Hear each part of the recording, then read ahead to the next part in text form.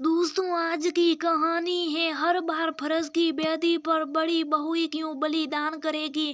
दोस्तों कहानी शुरू करने से पहले अगर हमारे चैनल को सब्सक्राइब नहीं किया हो तो कर लीजिए ताकि आपके पास पहुंचे हर रोज नया वीडियो। अलड़ बिंदास पढ़ाई और सहेलियों में मस्त रहने वाली सपना भी स्नातक के अंतिम वर्ष में थी। उम्र रहे होगी मुश्किल से 18-19 वर्ष। तभी एक दिन माँ ने बताया उनके किसी परिचित परिवार ने अपने बेटे की बहू बनाना चाहते। सपना हैरानी से माँ का मुंह देखती रह गई। अभी तो उसकी पढ़ाई भी पूरी नहीं हुई और उसे बिना देखे बहू बनाने की तैयारी हो गई। बड़ा अजीब लगा उसे। माँ ने बताया जब हम लोग किसी शादी में गए थे वहीं पर ही लड़के के परिवार वालों ने और लड़के ने उसे देखकर पसंद कर लिया था।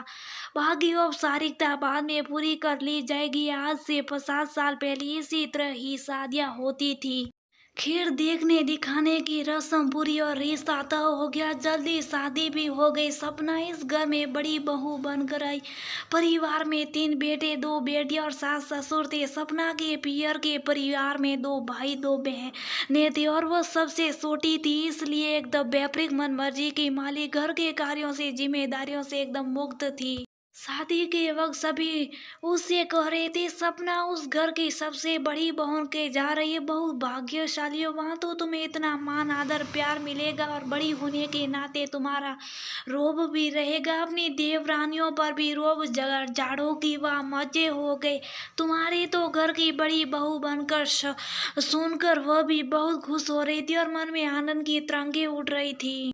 उस परिवार के सभी सदस्यों ने उसे सिर आंखों पर बिठा के रखा। देवर नंदन थे तो उसका साथ सुलभबाजी में लगी रहते थे। सास ससुर भी बहुत प्रेम से पेश आते थे। जब घर में कोई मेहमान आते और उसका परिचय ये हमारे घर की बड़ी बहू है कहकर कराया जाता तो वो अपने आप को गौरवान्वित महसूस करती। मायके में उसने कभी कुछ खास काम नहीं किए थे, इसलिए यहाँ बड़े परिवार में काम करने में उसे कुछ कठिनाई तो महसूस होने लगी थी। बेशक सब मिलजुल कर काम करते थे लेकिन फिर भी उसे कई बार अपराध को बोध महसूस होता। एक दिन ससुर जी बोले बहू आज 4 लोगों को खाने पर बुलाया है, तुम अपनी कोई बढ़िया सी स्पेशल डिश जरूर बनाना ताकि हम लोगों को गर्व से बताए कि हमारी बहू कितनी निपुण है। वैसे भी बड़ी होने के नाते तुम्हारी जिम्मेदारी है कि घर आए मेहमान की बहुत अच्छे से आप भगत की जाए। सास ने भी पति की हाँ में हाँ मिलाते हुए कहा धीरे धीरे तो तुम्हें अपने सारे फर्ज निभाने बड़े करने ही होंगे, आखिर तुम घर की बड़ी बहू हो। अपना हैरानी से चुप चाप दोनों की बातें सुनते मन में हिसाब लगाने लगी। अभी तो उसकी उम्र 20 वर्ष भी नहीं और अभी से उस पर फर्ज और जिम्मेदारी के बोझ रखने शुरू कर दिए गए। ये कैसी सोच से पढ़ाई करते करती उसकी शादी होगी। वह तो दुनियादारी के बारे में कुछ जानती भी नहीं और यहाँ एकाएक उससे फर्ज और जिम्मेदारियां की बातें की जा रही हैं। तो देवर भी फरमाइश करते भाभी मेरे दोस्त आए जरा बढ़िया सी चाय बनाकर पिला दीजिए ना। नंदे तो अभी हाई स्कूल में थी, सपना के पास आकर लाड लड़ाती भाभी मेरी खजूर सोटी बना दो ना, मेरी 2 सोटियां बना दो। दूसरी ननन कहती इन सब के कार्य करते हुए उसे शुरू में तो अच्छा लगता लेकिन धीरे धीरे ये रोज के काम हो गए। बड़ा परिवार होने के कारण वैसे काम ज्यादा होते। उस परिवार का कोई ना कोई सदस्य उसे कुछ ना कुछ काम करने को कह देता। बहू मुझे मंदिर जाना, मेरी ड्रेस प्रेस कर दो। सास कहती सपना मेरी शर्ट पैंट निकाल दो, लेट हो रहा। पति राकेश गुहार लगाता अपने कमरे की ओर मुड़ने को होती तभी ससुर जी कहते बहू एक साहिब कप बना दो। सास कहती वाह कितनी दिमाग है बहू की। इसी तरह खट्टे मीठे अनुभवों के बीच 1 वर्ष बीत गया। अगले 5 वर्षों में सपना 2 प्यारे बच्चों की माँ की और उसके दोनों देवरों की शादियां होगी। दोनों देवरानियां उसे रसोई के कामों में मदद तो करती और उसके दोनों बच्चों को संभालने में भी थोड़ा बहुत सहयोग देती। लेकिन जब कोई जिम्मेदारी का कार्य आता तो दोनों पीछे हट जाती ये कहकर कि आप बड़ी हो, ये तो आपका फर्ज है, ये तो आपकी जिम्मेदारी है। दोनों देवर नौकरी करते थे।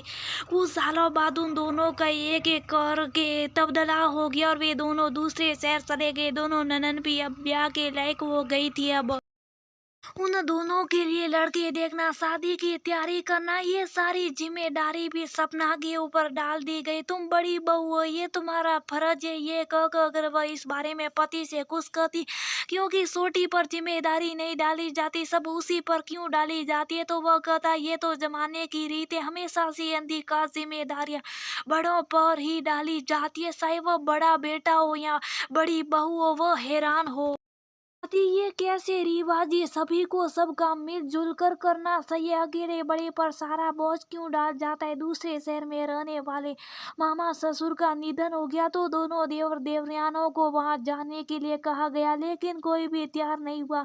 दोनों ने कह दिया बड़ी भाभी कोई भेज दीजिए, वह बड़े हैं, उन्हें सब कुछ पता है, हमें तो पता ही नहीं क्या रीति रिवाज होता। बच्चों को पति और नंदों के भरोसे छोड़कर सपना को सास ससुर के साथ वहां जाना पड़ा। उससे अपने बड़ी बहू होने पर जो गर्व और खुशी महसूस होती थी, अब लगने लगा इससे तो वह मंजली या छोटी बहू होती तो ज्यादा अच्छा रहता।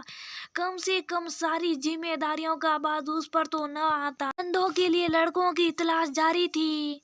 इत्तेफाक से दोनों का रिश्ता 15 दिन के अंतर से हो गया। अब तो हुआ कि दोनों की शादी एक साथ कर दी जाए, इससे कुछ खर्च भी कम हो जाएगा और बाहर से आने जाने वाले रिश्तेदारों को भी सुविधा हो जाएगी।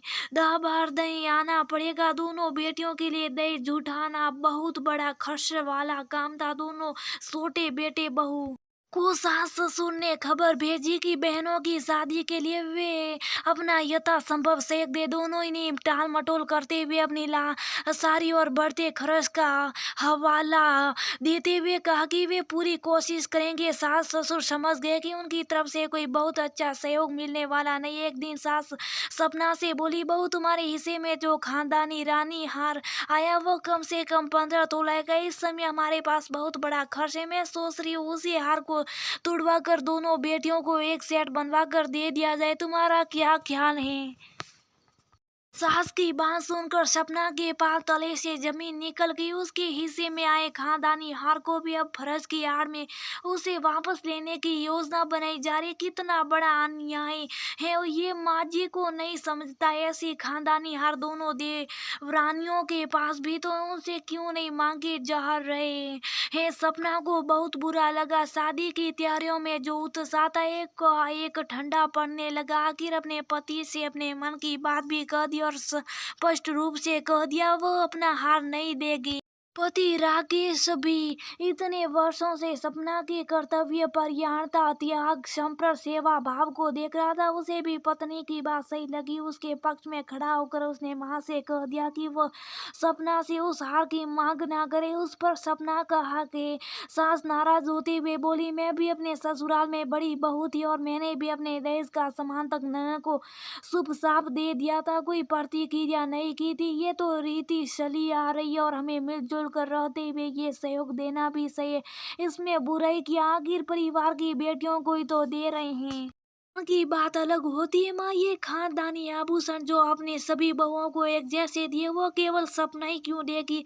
ये उसका स्त्री धन है, इस पर केवल उसका अधिकार होता है। जब दूसरी बहू कुछ भी देने को तैयार नहीं तो हर बार फर्ज की बेदी पर सपना ही क्यों बलिदान करेगी। आप उसकी मनोदशा के बारे में भी तो सोचिए। उसकी भी कोई अच्छा कामना होती है या नहीं। वो शुभ साफ सारी जिम्मेदारियां निभा रही। इसका अर्थ ये तो नहीं उसने मन को ही मार दिया। बड़ी बहू होने का अर्थ ये तो नहीं कि उसके सिर पर केवल फर्ज की घड़ी रख दी जाए। दोनों बहनों की शादी के लिए हमारे पास पर्याप्त धन है, हम यथासंभव उन्हें सब कुछ देंगे। फिर सपना से खानदानी आभूषण की मांग सेव के नाम पर रखना अनुचित है।